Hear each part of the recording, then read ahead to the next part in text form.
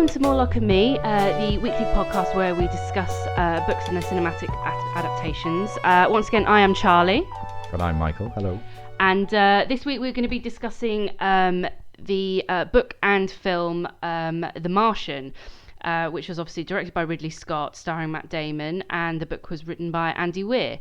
So I'm going to let Michael start this off, because I always seem to start these things off. And I was listening to ourselves the other day and thinking I always talk, so I'm going to let someone else talk for a difference. So Michael, do you want to start off on what you thought of The Martian? Okay, yeah, because just drop me in it. Why not? You horrible person. You did not tell me you were going to do that. No. So yeah, I first came across The Martian when it was released as a hardback book. So it was originally released online, I believe, as just a self-published book, and Andy Weir thought nobody would read it because nobody would be interested in it. He was incredibly wrong. And then it was published as a limited edition, like signed hardback, of which I have one, and then obviously came out as a film. And when I read the book, I utterly fell in love with it. I am unapologetic about how much I love this book. And then when I heard that it was being made into a film, and that Ridley Scott was making it, and that Matt Damon was in it, and we'd have to go and save Matt Damon again, because, he somehow manages to get himself in these ridiculous situations. He's always getting lost. Yeah, and the US government has paid a ridiculous amount of money to get him back. It was very exciting, because I thought, these people know how to make films, and not everybody who makes films does.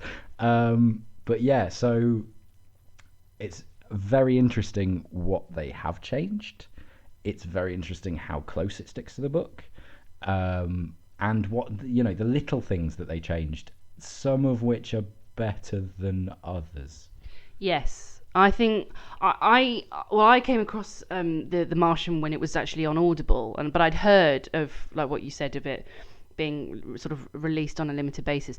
I loved it. I thought it was fantastic. I thought it'd been really well done. Andy Weir, I believe, had actually even gone and spoken with either people involved in the Martian exploration or sort of people in NASA to sort of really get the scientific element correct, and also to get the we'll make it more realistic, because I think at the end of the day it is fiction, but you want to know that it is true. You want to know that the sources are correct. You want to make it sound, I know it sounds silly, but sound scientific.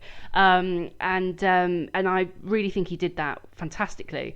Ridley Scott as soon as that name came out, you thought, fantastic, this is going to be brilliant, because when they said they were going to be making it into a film, my heart did sink, because I thought, oh no, they're going to take a book I love and they're going to trample on it again.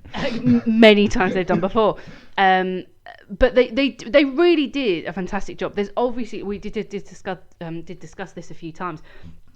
Yeah, I can't speak at the moment. I'm so excited about talking about this. But that obviously they can't include everything, because a book can't translate as well as it does onto the cinema by they've only got a certain amount of running time. Yes, and you can go in a book for as long as you want, as is evidenced by books like War and Peace, and the Iliad and the Odyssey and all that sort of stuff. But I think it's interesting what they did manage to get in there. There is a lot that they managed to get in, and it's interesting what the film added to it, because obviously the different media means that in the book it's sort of diary entries that Mark Watney is doing, and then the bits at NASA are just straight narration. Yes. And third person narration as well. And then in the film, obviously, the diary entries are sort of vlogs. And then when we go to NASA, it sort of takes that step back and is just cameras watching. They're not vlogging. So it's quite an interesting film and book in that sense, because they're using two different narrative styles and not really explaining why there's a difference. Yes. So Mark's talking to you directly, and then NASA's just being watched by an omniscient narrator.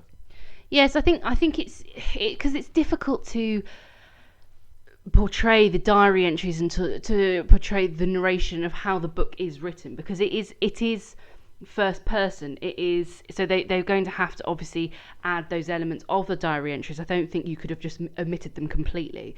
But the problem being is that, like you said, there are two different styles of narration, of getting the story down, whereas it's not a consistent way in which they tell the story. Yeah, exactly. And that makes it doesn't take me out of either of them. It's being nitpicky, really.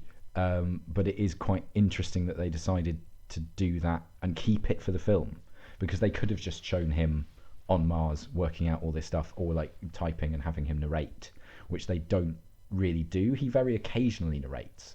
Like there's a scene towards the end where they've moved a bit of dialogue around, where he's talking about how Mars can kill you and all this sort of stuff.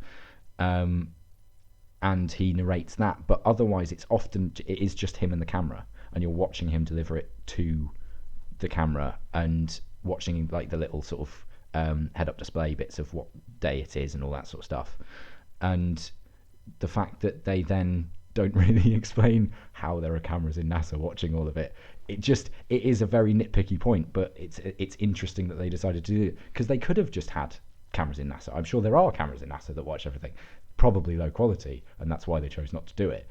And also you wouldn't necessarily have cameras everywhere like in Mission Control and stuff, because it's, even though it's a non-military organization, I'm not sure about that, but it's interesting that they decided to stick with the book to that degree whilst changing it, I think. And a lot of this is going to be nitpicking because I love both of the book and the film, and I know when we get to the end of this that I won't be able to decide. I warn you now, it's not going to happen. It's difficult because it's moments like this that I think we will really enjoy, because it would be easy to say the film was rubbish or the book was really poorly written, or it was very loosely based or something like this.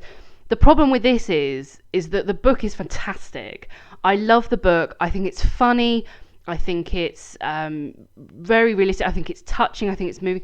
I think it's the element of the science in it inspires you almost. Yeah, absolutely. Because you can really see us going to Mars. It's the book where you go, actually we could get there, instead of all this speculation or the things we hear on the news. It really does give you that hope.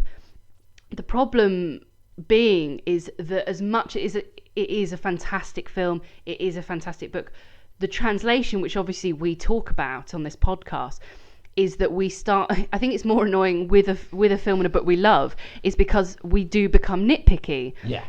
Like there are elements that, obviously we can't, the Ridley Scott couldn't include in the film that were in the book, is because they can't be Lord of the Rings, because as much as I think we'd love to have it that's about 4 hours long, where it takes us through the whole of the book as it goes, you can't, because it's not going to be a fantastic film at that rate. It would ruin it. So we do get that element, but unfortunately viewers, I'm getting too excited now. The thing we're going to be doing today is we will be nitpicking. Yes, absolutely. And I mean, technically speaking, we are film and book nerds, so that's what we do. That is our modus operandi. We love doing it. We love talking about it. That's why we're doing the podcast, and hopefully that's why you're listening, that you enjoy people being ridiculously tight on detail and things, because otherwise why are you here? Exactly. But I think what is good, and what we like to bring is, obviously we like to bring different elements to it, but we've been so excited to talk about this in particular because A, obviously we're massive fans of it, and B, it's just fantastic. But it's the element of, we're talking about science. That's the main thing I love about it. It is people going to the cinema and getting excited, or going to reading a book about this, or reading the Andy Weir book, getting excited about NASA, about space travel, about Mars, about all the things we can do, and how far we've come from landing a man onto the moon to nearly landing maybe one or two or quite a few number of people on Mars. It's almost a celebration of how far we've come with space travel, and also the things that we can do. But it's also, as we discussed earlier, it's the sense of personal human resourcefulness, that in times of crisis where maybe the technology isn't there, we've got the resourcefulness that we can sustain ourselves, which I think is reassuring considering we're always being told, climate change, the world's coming to an end, there's all these things that we're being told. But with a film like this, it gives you that, not sort of hope's the wrong word, but it gives you that reassurance that we can do these things. I don't think hope is the wrong word. As you were saying that, I was thinking it gives us the chance to hope. Because I think the world, we're in a very cynical time. And this is coming from an extremely cynical person. But I think it allows us to dare to hope that we could join together. And I think that's one of the things that I love about the film that the book doesn't quite bring off, is later in the film when the whole world is watching and you see that the whole world is watching. You get that there are people in Times Square, there are people in London, there are people in China, because obviously China helps out, and everybody comes together to watch this single man, have his crew come back and save him from an otherwise deserted planet. Well, it harkens back to what the moon landings were, and it harkens back to sort of the days where we weren't obsessed with this, with celebrity culture, where it was like, we're trying to find out what Kim Kardashian's doing nowadays, or what Miley Cyrus is doing, or who's doing what nowadays. It makes you think of a world of where we put science and technology and advancement with, groundbreaking discoveries that makes it that everybody stops to look. We don't, we stop caring about what, silly things like, celebrity trends or anything like that, or what's the latest celebrity to come off of a reality TV show. It makes you think of, well, let's get excited about NASA. Let's get excited about our space exploration. It's getting to make you appreciate the advancement and the technology and what we can do as humans to explore the universe, essentially. Because Mars was, it's taken obviously a long time to get to Mars. I'm not saying it's it's just like 2 days and we've got there, but if Mars is the next cornerstone, what's next after that? It makes you question of going, well, this film obviously portrays, yes, obviously there's elements to it which are fictional, which are fictionalized, and which are over exaggerated. Yes, and they had to do that because I think the thing you're referring to is obviously the storm, which means that they have to abandon the mission.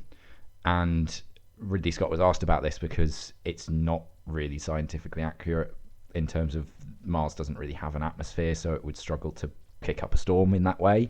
And he went to Andy Weir and he went to the other writers of the film and said, can you find me something equally dramatic that would mean that Mark Watney gets left behind?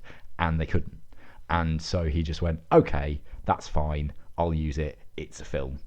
And I think that's actually a reasonable attitude, particularly as everybody knows it's a film and it's not claiming to be based on a true story, because it can't be, and it's not claiming that all of its science is accurate, but the degree of science that is accurate is incredible.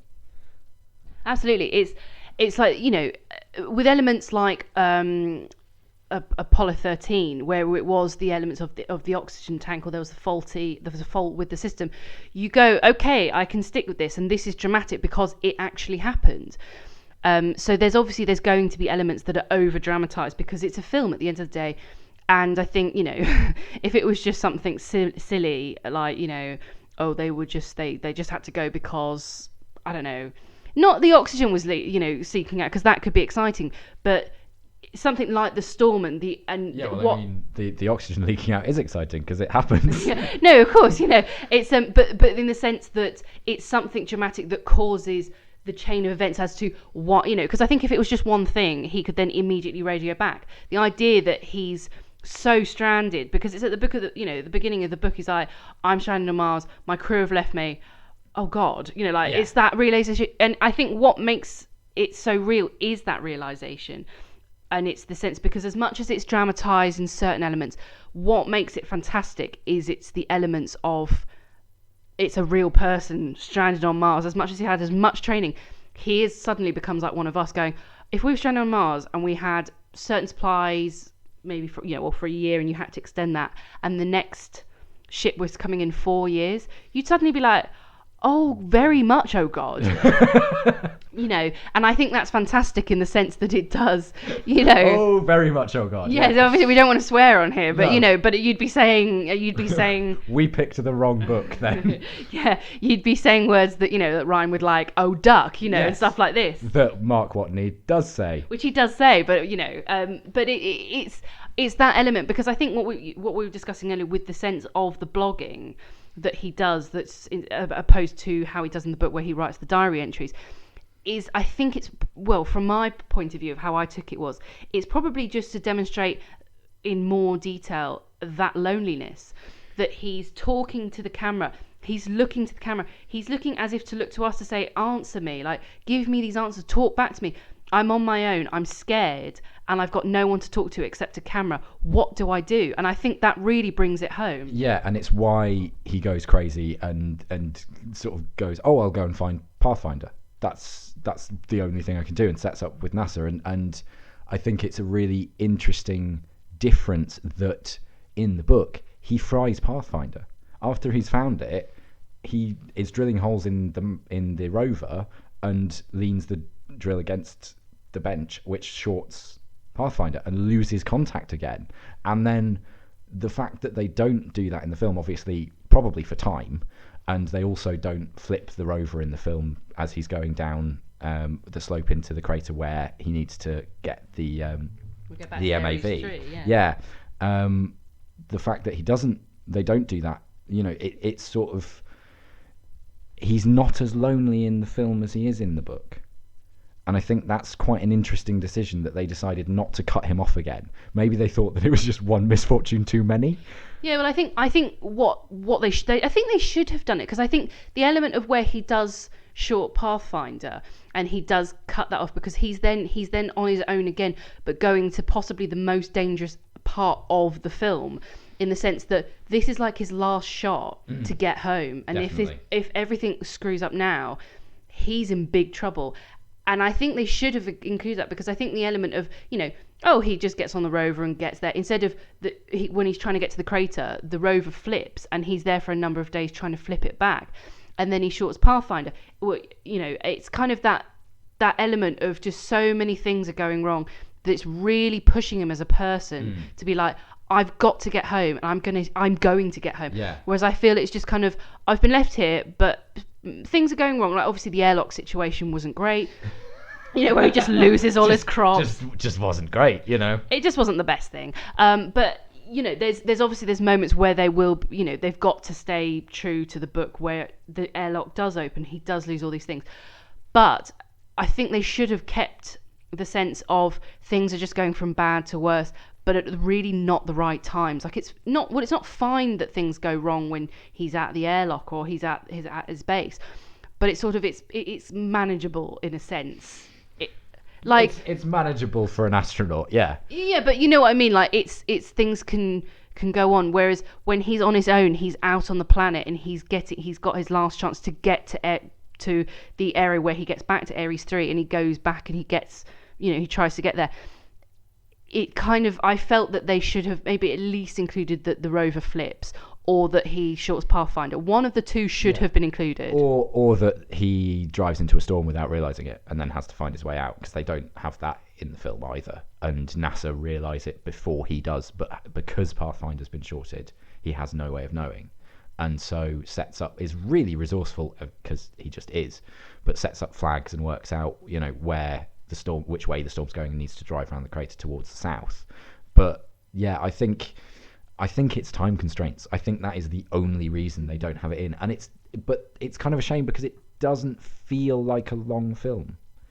Yeah, it does pass quite quickly. Yeah, because it's so enjoyable, and you know, I've seen it a couple of times and I still laugh. Its jokes are very strong. Its drama is very strong. The film builds the drama very well, and obviously the book does. And I think, you know, it is nitpicky to say, oh, maybe actually one too many things do go wrong in the book. That you're getting to the point where Mars is just being colossally annoying. And I suppose that's the nature of space, is that, and as Matt Damon says at the end, you know, his sort of old man Watney bit when he's lecturing the the new sort of astronauts who are trying to come in, and he's saying stuff will go wrong.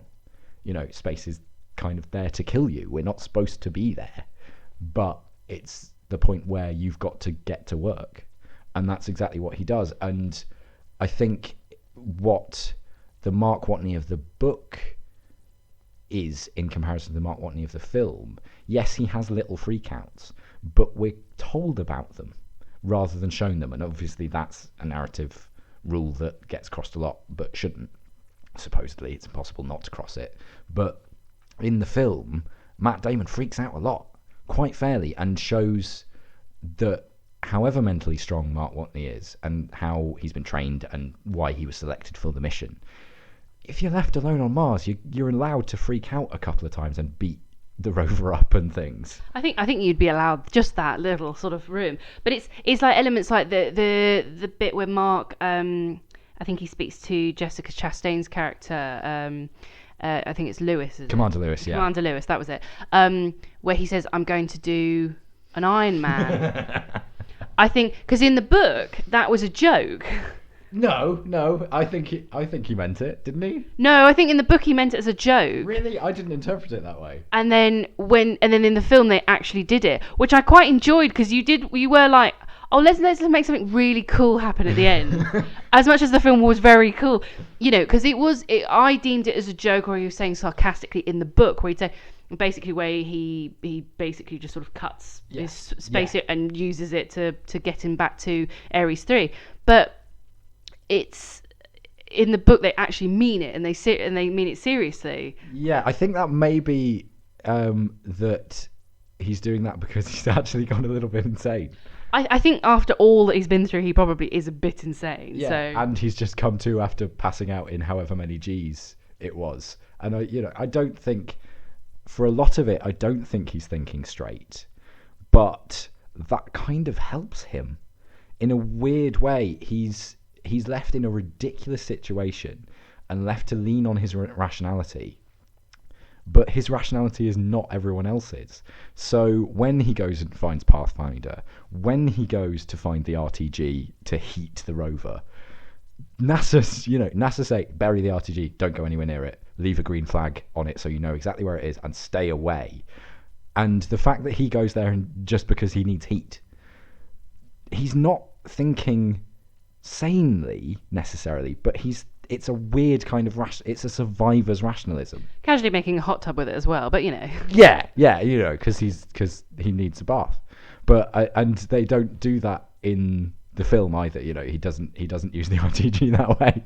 But it's interesting the degree to which his survivor's instinct takes him beyond what NASA say is safe and what NASA say is a good idea, and yet it allows him to survive.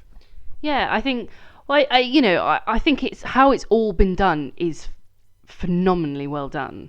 We're being very nitpicky because we were big fans. It's not in a criticism nitpicky. It's just, I think, as a viewer nitpicky probably way. And just in a way that we can talk about it because we love the things, so we want to talk about them. But there are like tiny things like again, to be really nitpicky, the RTG flag, the flag that marks where it is on Mars in the film, is yellow, and you can't see it because Mars is bronzy and the sky is yellow, and it makes it impossible to see. Whereas in the book, it's green, which makes a lot more sense against the Martian atmosphere because it means that you can see it and thus avoid it and not accidentally run into it. That is a tiny problem. It shouldn't have been a problem. They shouldn't have changed the colour, but they did, and I'm going to complain about it because I want to. Well, I think it's one of those things where it's so, of what it is, the RTG being it is, and then just saying, just put yellow on it, and you're like, we're on Mars, and yet how are we supposed to spot where the RTG is? In the book you go, yeah, sure, green, of course, you could see that. It's like yellow, you're like, I really don't think they could see yellow from there. But that's just us being nitpicky. Like, it's the element of even at the end, like the epilogue, because in the book there's no epilogue. He just gets back to his crewmates, and that's where it ends. It's just him sort of being happy and smelling like hot garbage, and that's it.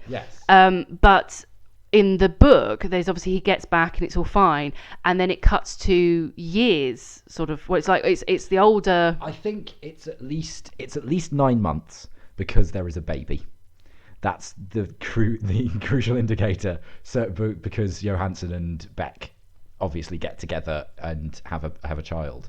I get the sense that it's years just because he's gone greyer, but obviously he's had quite a lot of stress, so it could just be that level of stress has made his hair go grey.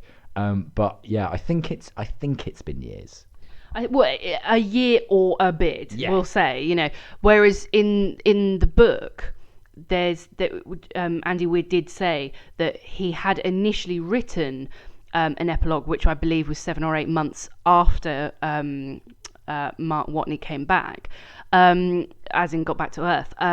But he decided just to not include it because he felt that it was not written to the standard of which he written all of the rest of the book, and also he felt that it wasn't necessary. It's kind of the whole book is mainly Mark Watney's journey to get home. Yeah. So I feel that, well, from reading like what he said and from reading the book, I feel he sort of ended it. It was just, and all his hard work has paid off. He's got home. They obviously may have wanted to include an epilogue in the film because it's a film thing to do, really. There's so many epilogues in films where they go, how are they doing and, what's happened to them afterwards. Obviously, they do them in epilogues where it's based on a real story because you want to know what happened after, or you want to know what happened, further down the line on with characters. Whereas I think they sort of just were like, well, he's got back, let's just make it a nice little sort of conclusion, just to sort of just make sure just that ends on a happy note, because it's quite not an intense film, but you are sort of with him the whole way going, is he going to do this? When things go wrong, when the airlock breaches and he loses all the crops, you sort of are with him where he starts going mad, because you're like, how many things can go wrong? Like, I suppose obviously there's that element of that's why they didn't include all these other things going wrong, like the Pathfinder and the rover flipping, because it would literally just be one continuous sort of bad day after another. It'd just be everything going wrong. And I think it could possibly get to the place. I suppose I'm contradicting myself now because I thought it should be included, and now sort of really thinking about it, I'm like, actually, that's a good idea. I think they should have at least included one more, like possibly the Pathfinder, or maybe probably actually the rover flipping in the crater, because I think it could happen because Mars is not flat, so I think it could be more believable. Yeah, I think that one's an interesting one to pick, because obviously that's a point where Weir in the book actually sort of moves away from Watney's perspective while still on Mars and describes the sort of geological happenings and says this is why it's happening. And I don't think they could have built that in the same way in the film. It would have just been, oh, the rover's flipped, without necessarily an explanation, because Mark doesn't know why that's happened. He just knows that he's hit a sandpit and it flips, and he doesn't know that it's taken geology years to form that slope and why that bit's softer than the rest of it. And it's a little bit of a clumsy bit of the book. There are a couple of clumsy bits where you say, oh yeah, okay, this is sort of a first real novel of the writer, and hopefully he'll get better, which again is very critical. It's overcritical. But yeah, I think the journey goes too well in the rover. He takes a while to build up to it, and the film builds tension very well, but the journey seems to, given all the planning and the degree to which we go into detail, for it then to just go off without a hitch seems a little too convenient. Yeah, I think considering what kind of film it is, you sort of wouldn't expect the final part to go so smoothly. Not in the sense, that it goes very smoothly, but that there's no trouble getting to the crater, or that nothing else goes wrong, where you probably would, considering what resources he's got and the fact that he is on his own and the fact that he is one person, you would expect that something's not going to go right. Like, you can't really just sort of, I can't function most of the time with my laptop because something goes wrong, and that's just a laptop. So you'd think a rover, with one, because usually you'd expect it to be like crewed by maybe 2 to 4 people. Yeah. So one on their own having to fix things, admittedly, I'm sure it could be done. Because I'm sure Andy Weir's gone, and I'm sure Ridley Scott also went and spoke to the people at NASA saying, because that's the thing about it, which I do like, is they are very true to, well, to most extent, to what could actually happen and the realism of it, because they have spoken to experts, they have spoken to people either who are part of the Mars program or part of the of NASA. So obviously there are elements that you're going to be like, maybe that's not too, like the second storm, because obviously the first storm kicks it all off and makes it in, whereas in the books there's a second storm and it causes a lot more problems, but that isn't included in the film. But Yeah. so there's probably elements they've had to take out, but I can't really criticize it all too much, because I do love it and I think it's fantastic. Obviously we do have to talk about the elements as to why it's different, or why it's, how it might not translate as well onto book and film. But I think it's done a really good job. Yeah, it's a very, very close adaptation in terms of how far things can go from the source material. It is very close, and the sense of humour is the same, despite the jokes not necessarily being the same. So when Mark is told a particular thing by NASA, and swears, and they say, "You are typing this in front of the world's media, could you watch your language?" Cheatwell Ejiofor's character Vincent Kapoor says, he does that very well. He delivers that line very well because he says it through gritted teeth. And in the book, Mark says, "Look, boobies," and actually sort of spells them out on the keyboard. In the film, he says something so offensive that they can't tell us what it is, and we have to imagine. And I really like both of those jokes. They're both very solid jokes, and they actually tell the two media that they're using, because it's in typeface in the book, it's in visuals in the film, but they're not telling us what it is. And actually that's a really clever way of changing the humour, of not letting the jokes be old, because they do use jokes directly from the book, like when they're told about the manoeuvre, the Rich Purnell manoeuvre, and the crew of Hermes say Rich Purnell is a steely-eyed missile man. They use that quote directly, and there are a lot of quotes that they use directly. But I think it was a good, solid decision to change some of the jokes so that those of us who had read the book would be surprised and laugh. Because I still laugh at the jokes in the book. I still laugh at those same jokes in the film because they are funny. But it would be a diminishing return, I think, if they used all of the same jokes. Like, there's a tiny thing. I think this is true. I had to watch it twice, and I think this is true. When he first sets up Pathfinder and he's getting the yes or no answers, when he asks, "Are you receiving me?" Tim, the character who's quite an obnoxious character in both the film and the book, points the camera at no. And they don't acknowledge it, but it's quite a funny thing, because how would he reply if he wasn't receiving him? But it's just the fact that he's that level of annoying that he just goes, "No, we're not receiving you." And it's a tiny visual gag that people will probably have missed, but it just gets the sense of humour of the book. And Matt Damon is perfect in his delivery of Mark. He gets, when he says, "I have to science the out of this," and S word. Yes. And when he says, "I'm the king of Mars," or like, "I've colonized Mars," or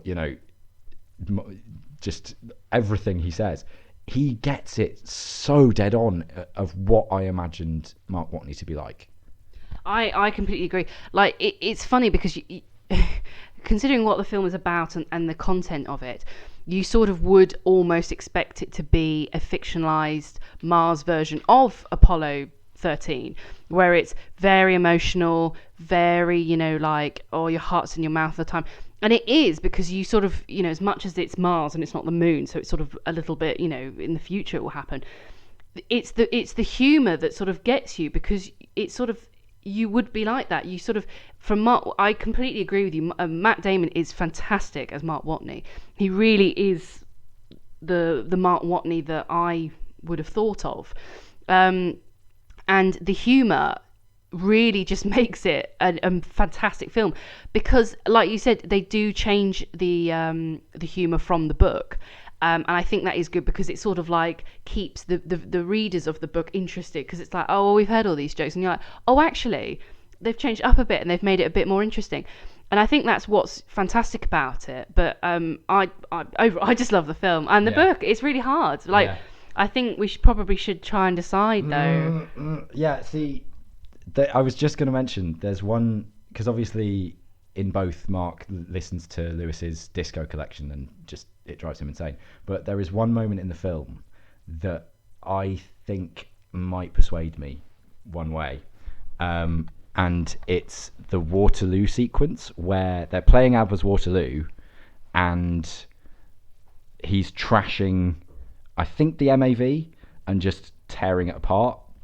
And it's one of those bits where the visual, the music, and the sort of grand scale and humour of it come together and really, really work. And it just, as much as I love the book, and obviously we wouldn't have the film without the book, there are just points where Ridley Scott's decisions show him to be an expert and show him to have more expertise at his disposal perhaps than Andy Weir did, and that is being very harsh on Andy Weir because I love it. Yeah, no, I completely... I can understand, because there's obviously... It's difficult because it's with the two elements we talk about, because sometimes you get films we talk about or books we talk about, and you can obviously pick what's bad about these. We really it's hard to pick a bad bit about the book, about the film. Yes, there's obviously moments where you go, okay, maybe he's dragging a little bit, but I can't really pick a bad moment where I go, do you know what, this bit, it really, this is where the bit of the film, or this is the bit of the book I got really bored with and I kind of hoped it. I was hooked for the entire book, and I've read it quite a few times now, and I still enjoy it. It's one of those books where each time you read it, or I think now that the film's come out, you see it in a different light. There's something new you pick up each time. Yeah. There's something different you remember, or maybe there's something you go, oh, so that's why that happened, or this is why that happened. Which is a fantastic thing to have, because then it makes you want to read the book over and over and over again. The film with Ridley Scott at the helm and with Matt Damon in it and such a great cast like Jessica Chastain and all things like that. Ridiculous cast. Like Jessica Chastain, as you said, Chiwetel Ejiofor, Sean Bean, Kristen Wiig. Just, the amount of star power in this is ridiculous. Yeah, and I think that's what makes it such a great film, is because it's not just, because I think they could have done it where they've just done, it's just Matt Damon on his own, but it's not. It's got a great secondary cast. They've got sort of, they're all there in their own light. They've got the elements that make it a great film, because yes, it is about Mark Watney. Yes, it is about what he does and how he gets home and what he's doing on Mars. But it's also about the team back at NASA, back at home base, back at at what they're all trying to do and how they're trying to communicate and how they're trying to get him back and what they've got to do, how they've all got, the crew of the Hermes have got to go back to go and get him and stuff like this. And I think that's having such a good cast, because the script, well, the book alone, which would obviously have made the script, is phenomenal. So you've got a great script and a great story right there. It really is the cast that makes it fantastic as well, because that's what brings it to light. Yeah, and it's a big cast. That I was impressed by how many characters they kept, and there are minor characters who appear in a couple of scenes, and they did cut a couple of people, and they changed things around a couple of times. So the Chinese space agency officials, in the book, they're both male. In the film, they change Zhu Tao to a woman, which is a tiny change, and doesn't affect the narrative anyway. It's just that I think that maybe they just wanted a little bit more diversity, and not that it would affect the narrative in any way anyway, but it's interesting, those little decisions in which tiny characters they cut and which they decided to keep, and the actors they got for the tiny parts. Because Donald Glover, obviously he's not a major Hollywood star, but people know who he is from Community, and they know who he is from his stand-up and things like that. And he's Rich Pennell, and he's in it for 3 or 4 scenes. But the fact that he's in it and is so good, and everybody brings their own K. There is nobody who I would say, oh no, I would have cast that differently. And I think they managed through their acting to add a depth that isn't there in the book. And I'm surprising myself by actually sort of coming down towards the film.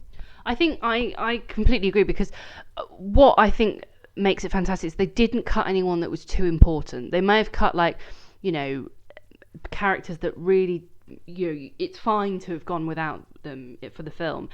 They've kept all the main characters, but with the acting and with the actors who, are the NASA home base and the Hermes crew, they really bring so much, and they don't let one character like go out into the background.